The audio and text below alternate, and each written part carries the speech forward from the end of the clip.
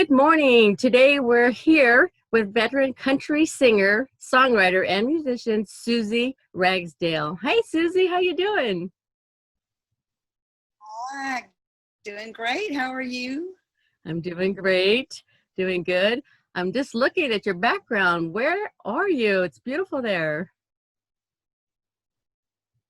It is. I love this place. I moved from the center of Nashville a little over 2 years ago out to Kingston Springs, Tennessee, which is just the periphery. It's about 30 minutes away from town. And I gave up a third of an acre and got 6.5 acres and a creek and a big garden and a chicken coop. And it's cheaper. It's cheaper than being in town because Nashville is such a high dollar in high demand place to be right now. So I got here like a year and a half before the pandemic, and now everybody wants to move out here, get out of the city. Wow, goodness. So we're here to talk about your newest EP, as they call it these days, Ghost Town, and that's releasing Friday, October 9th. And also you had your first singles called Wildflower Flowers. And I got to see that one. Was that Yeah, video, was that there at your place or where was that filmed? it was here at the place. Yeah. We filmed it like August, 2 years ago, August. And then it took me that long to get my producer over from London to record the other 5 songs and put it together. I mean, I guess EP is for the shorter records than the CDs, which are 10 or 12 or more songs. But Okay. finally we got it going, and then we did a nice big premiere of the Wildflowers video. But it was here along my creek and inside the house some, and my English bulldog was still with us, alive then, and he was a big star of the video, Tex. Yeah, so it was good. It's a good video shoot place, and we didn't have to pay anybody. I wondered where that was filmed because it was so beautiful on the creek. And I'm telling you, the music and your costumes, what you wore was just wow. I really, really liked it. You look great.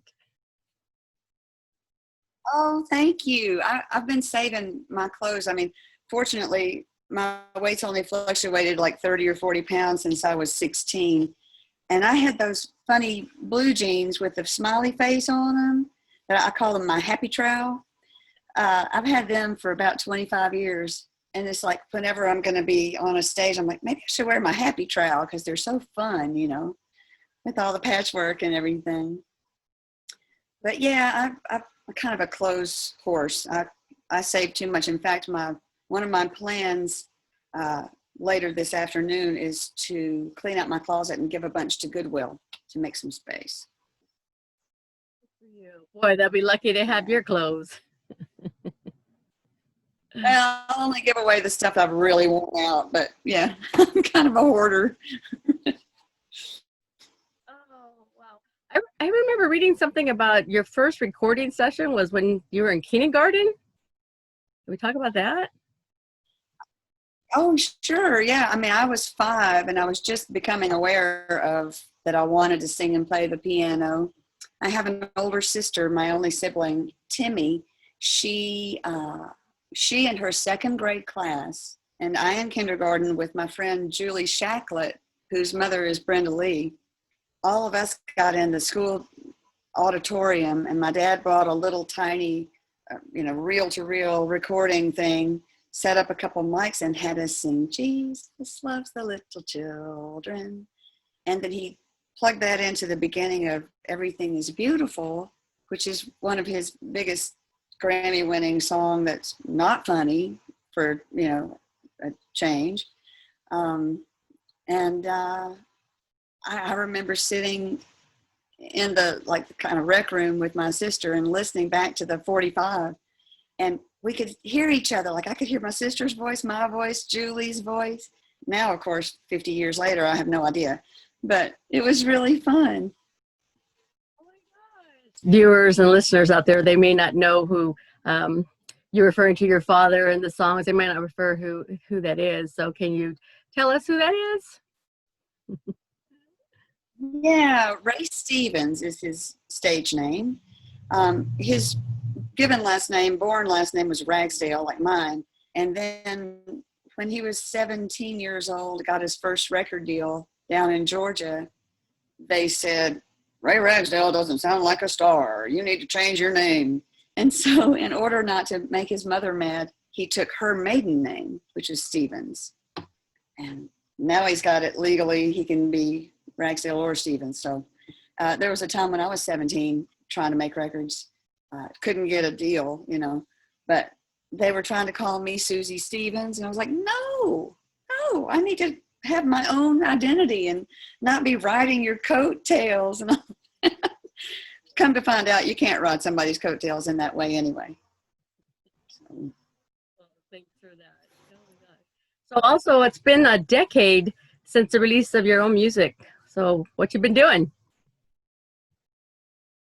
Oh my Lord. Okay. Well, I did continue to write songs through the whole thing, mostly on my own. I do co-write some, but I just never found the right group of songs to fit together. 10 years ago, I did 2 EPs, each with 6 songs, and they just kind of all hung out together as sort of like a theme, like they all sort of fit. And I write songs all over the map, you know, not necessarily always for myself to sing, although that's usually the first thing in my mind because I love to sing. But some of them just don't sound right being played one after the other. So I finally, when I got Wildflowers recorded with my producer, Sam Frank, my dad went nuts over it and said, we got to do something with this. Let's make a video. And so I said, well, okay. And I gathered up about 20 other songs that I thought might work with it, sent them all to Sam. We chose about a dozen, but he had to leave Nashville before we could do more than 6 because of the pandemic. And we recorded everything between Valentine's Day this year and March 16th when he flew out on the last flight that Nashville would let go to the UK. So at least we got enough for this half a record. And then we'll do some more. And then my dad and I will do some more in the future. But for now, I'm happy to have this group. I just really love it. And since then, what have I been doing? Like I said, I moved, which was an enormous undertaking. After 11 years and accumulating things in town, it took 5 weeks and 3 moving companies to get it all out here. And then I'm sort of somewhat of an interior decorator and wannabe architect. So I've been adding carport, deck, back porches, everything. Gardening is a big thing. My garden is 50 foot by 50 foot square. And I've produced way too much produce. I'm having to give it all away. I have 4 chickens and they lay eggs, almost 1 a day each. So I'm always giving away fresh, pretty little blue and pink eggs that taste so much better than store-bought eggs. And another thing that took up the 10 years was about 6 or 7 surgeries, 4 on my knee, 1 on my nose that had been broken so much I couldn't breathe or sing right, and an eye reconstruction thing from a past accident. So I spent about maybe 1.5 years or 2, but I'm well now, still teaching yoga. It's another thing I've been doing. Oh, wow. That's great. You have some great classes, and do you do it through Zoom? I take my classes through Zoom. I had been teaching since 2007 yoga at the YMCA in my neighborhood, my old neighborhood in the middle of town, a little area called Green Hills. And, subbing in whenever I wasn't on the road or busy with other musical stuff. So it's kind of a second career to teach yoga. But before that, I taught fitness classes back in the 80s when it was like Jane Fonda, where you kick your legs around and jump up and down and all that impact stuff. My body doesn't want the impact anymore after the knee surgery. So now I'm just yoga. And I teach in my teepee. You can't see, it's too far away, but across the creek on the other end of my rectangle of acres is a big 24-foot diameter teepee, like a Sioux Indian thing. You can build a fire in the middle and the exhaust is perfect. And we have parties out there, yoga classes, bonfires. People just sit around and talk. Play guitars. It's fun. My goodness. Well, it gives you a peace of mind of places to write, huh? Do you write out there as well? Yeah. Well, I sit out there and meditate and get ideas, and I come back in here to the piano and the pencil and paper, But I usually have my little phone voice memo app that if I get something I need to put down, I don't forget it. Or if I'm on the road and I don't have any of the piano and paper and pens handy, I'll just have a bunch of little voice memos. And then every now and then I'll go back through them. It's like, oh, 5 years ago, that was a good 4 lines that I can plug into this new idea or whatever, just save everything. Is that their inspiration for your songs on Ghost Town? One of them is Bonfire. Did that come from being out there in the teepee?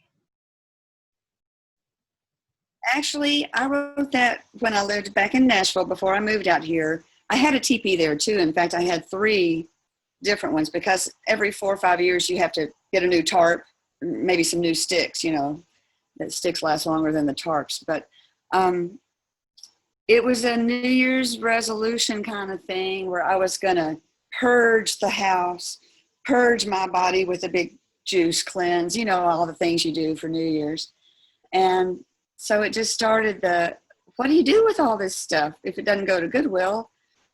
And I just had the idea for having a bonfire. So it was like I cleaned out my closets, cupboards and drawers, and into it went in the song anyway. And I did some of this in real life too. All of the saved love notes and photographs that nobody wants to look at. You take a roll of 24 and you only need 4 of them, and the rest you just sit in the drawer or, forever.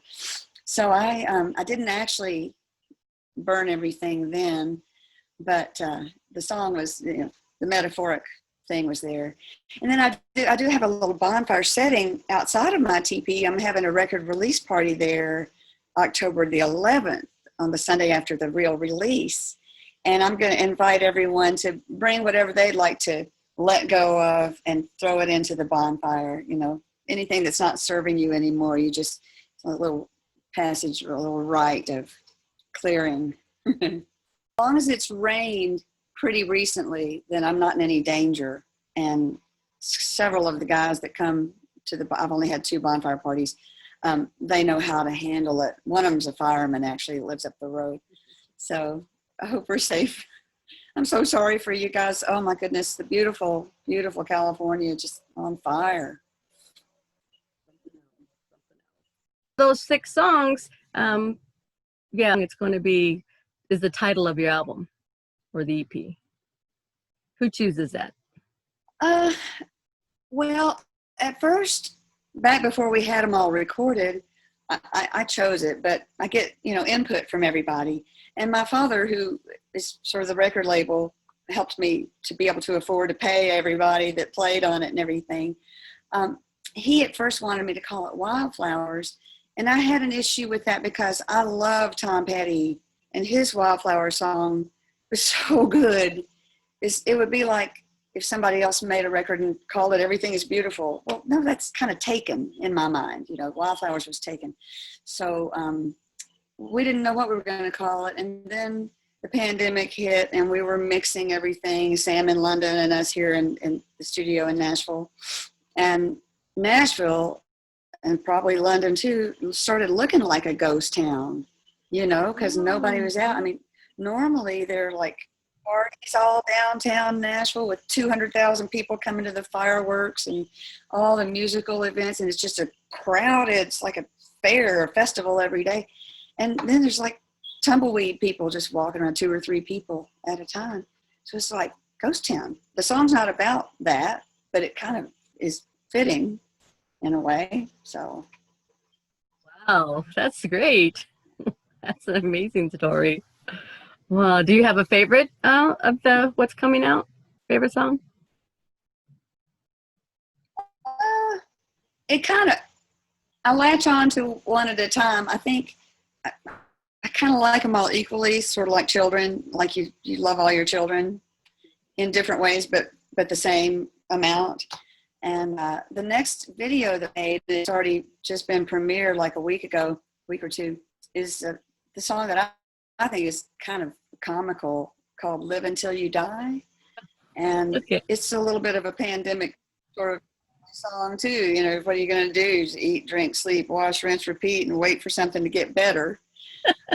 So That's that a good one. was top of my list while I was watching the video.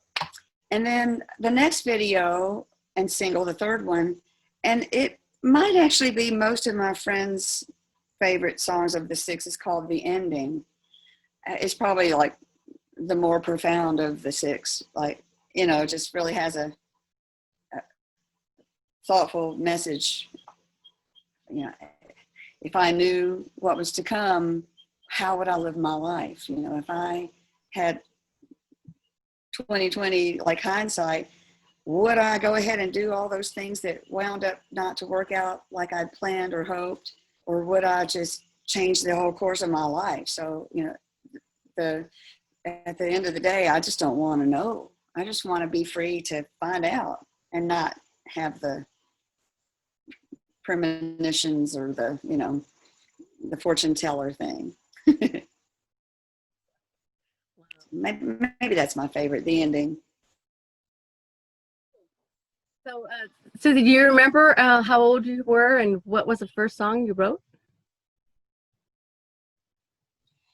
Yeah. Well, I wrote a bunch of poetry that I maybe tried to sing when I was, you know, 6, 7, 8 years old. But when I was in the third grade, which is 8 years old, they had a national songwriting contest. And it was like there was a national, and then there was a state, and then there was maybe a local. And as a third grader, I wrote a silly little song. And I kind of plagiarized the chord progression from a Linda Ronstadt song, but I was 8. I didn't know it was plagiarism. But I took the chords to a song I had learned, taught myself how to play, and it was supposed to be a patriotic song because it was, you know, something to do with a centennial or something of the state. So maybe bicentennial, I don't know. But it was called America, and it was so goofy. It was, America, I love America. I love the red, white, and blue, but I love all the other colors too. So, you know, when you're 8, the content got better as I got older and lived a little more. So then I also read that you did backup singing for some very talented people. When did that start? When I was 10, I started making records in the studio for classrooms. They were on vinyl back then, for music classes in schools, in elementary schools. And then when I was 13, my father had a writer. He's a publishing company as well, my dad. And his writer, Lang Martin Jr., had a couple of songs for a female vocalist and wanted raised 2 daughters to sing one. My sister said, no, I'm too shy. So I did them both. And then my voice kind of got out there around Music Row. People started hearing me sing. And so since I was 13, I was asked to come and either sing lead on the demos or eventually backgrounds on more famous people's records. Like I just love singing backgrounds. It's almost more fun than singing lead. You know, you just get to stand back there and dance and then harmonize. I love harmonies. So, yeah, that's been really fun, singing with Pam Tillis and Susie Boggess and Billy Dean and Guy Clark, Berlin Thompson, my ex-husband, Daryl Scott. I got to sing on all of his records. He's one of my favorite singers and writers of all time. But yeah, it was a nice little living for a while there. It's just every now and then I get called for doing backgrounds. Wow. Did you sing backgrounds for Loretta Lynn as well? I did. It was John Carter Cash, Johnny's son, who still lives in the old family home. He called me. I can't remember who recommended me to him as a background singer, but I got to sing on 11 tracks. At the time, John Carter was making 5 albums on Loretta to be released over a period of time. But, you know, she's getting into her late 80s, I think, mid 80s at least. and they wanted to, she had so much she wanted to record and get out there. So they decided just to record like 55 songs. And I got to sing on 11 of them. It was so much fun. A lot of them were old hits. There were just a few new ones that people didn't recognize, but there were new recordings of old classics, either that she had made famous or someone else had made famous that she loved.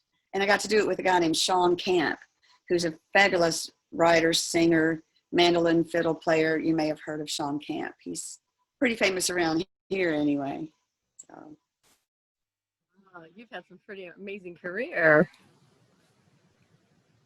It's been, I can't complain. It's been really fun. It's just been sort of, you know, like when I was 15, 16, I thought, oh, I'll be like a Linda Ronstadt as soon as I hit 18 and can put things on.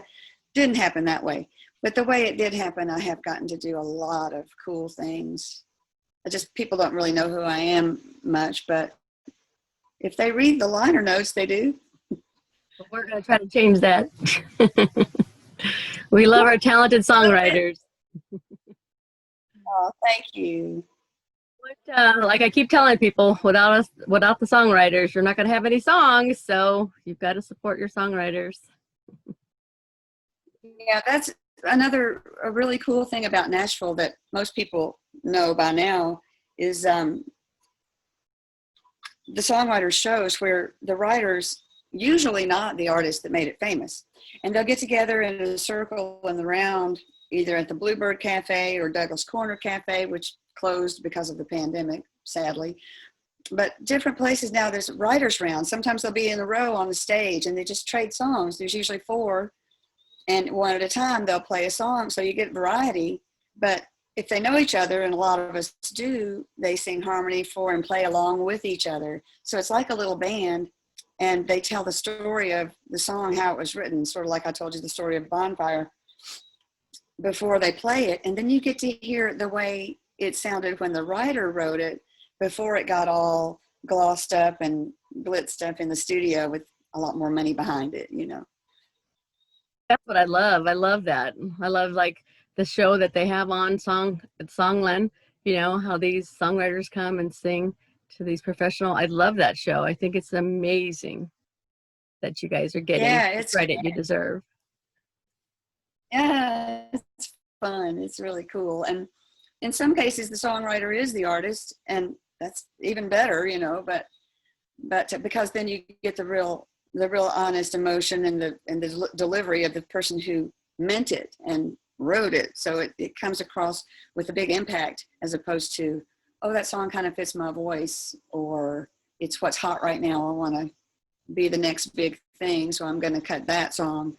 But the better artists will only cut writers' songs that actually do fit them and their circumstances. And I think that's one of the reasons, and rightly so, that I haven't had more of my songs recorded by other artists, because they are so personal. For example, Pam Tillis really loved a song I wrote when I was in my 20s called My Father's Eyes. And her dad, of course, Mel Tillis, famous too, and was friends with my dad. But so she loved the song and she totally got it, but it was such a personal story to me. She said, I just can't sing your story. It's not mine, but I so wish I could cut that song. So that, you know, that's okay. It's a trade-off. Well, it's got a great story. That's the thing too. That story needs to be told along with the song. It makes it more appreciative. Know who you are, the person who wrote it, you know? That's great. So I got a question for you. When this pandemic gets lifted and we get to go back to normal life, what's the first thing you want to do? I would love to get my band, and it's different configurations of whoever's available at the time to play, and book a few gigs, whether it's in Nashville first or songwriter festivals that you can drive to, if they pay you enough, fly to. And really my goal is just to break even so that I can go and in the same room with an audience who's actually listening because they want to hear songwriters, not just radio cuts, hits. To really get that feedback and that energy from an audience. Really miss that. And also from the band around you on stage. So that's the first thing. And then, of course, to keep recording right now, like the video we made for Live Until You Die, and a lot of the parts that got added after the main session of the Ghost Town EP, my friends, the players, did their parts from their own homes in quarantine, sent them over the internet to me, and then I download and mix them in. So you still get a collaborative effect, but you didn't do it at the same time in the same room. And, you know, my guys are so professional and great that you don't really miss it. But I think a lot of people would understand the energy that comes through the live performance. It's a little more, wow. Oh, wow. That sounds great. So how are listeners and viewers able to get your EP when it comes out? A week from Friday. Yeah, well, yeah. You can go to SuziRagsdale.com, and you spell my name SuziRagsdale.com, and pre-order Ghost Town there.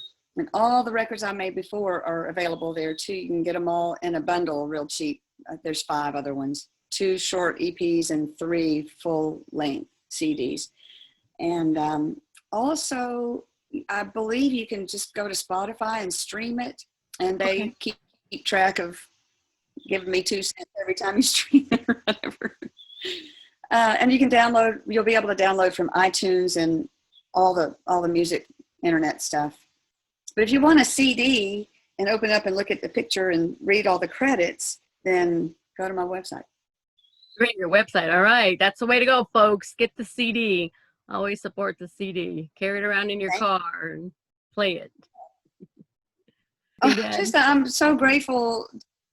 Well, I'm just grateful for people who are listening and for you to be interested to want to interview me and the others who have and we're scheduled to do. It's exciting after the 10 years to have radio play. I heard myself on the radio for the first time this past Saturday, and I've been getting reports. It's been on the radio all over the country, but I heard it. I heard myself come on. I was like, oh my goodness, goosebumps and the whole thing. It was the Wildflowers song. So I'm grateful and appreciative, and thank you so much for having me on. You're more than welcome, and we will gladly spread the word. And thanks for taking the time, and you have a blessed rest of your day.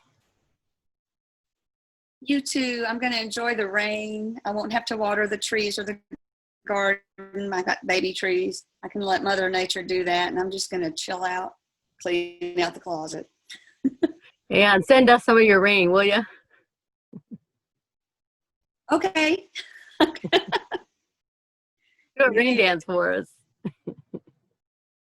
There you go, in the teepee.